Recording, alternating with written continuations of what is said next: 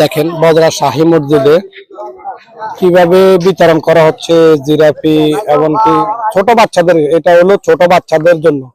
এমনকি অনেকেই এগুলা খায়, এগুলা তবারক হিসাবে। তুমি কি হিসাবে খাচ্ছ?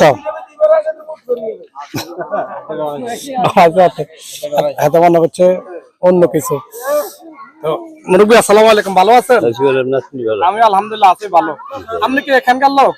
না, এখানে মানে আসি নামাজ পড়তে। কোন জায়গা থেকে আসছেন আপনি? বগাদিয়া থেকে। মাশাআল্লাহ, আমিও কালিকাপুর থেকে আসছি নামাজ পড়তাম। আমরা এখানে জিলাপি এমনকি এই যে চিহ্নগুলা দেয়, আমরা এগুলা স্মরণ করে আসি না, আসলে নামাজ পড়তে পারছি। হ্যাঁ, এই নামাজ পড়তে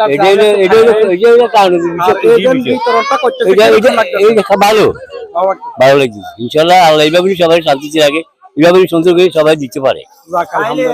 আলহামদুলিল্লাহ। দেখেন আরেকটা ফাতিল চলে আসছে, মুরব্বী কই, কোনজন মুরব্বী জানেন? ওই মুরগি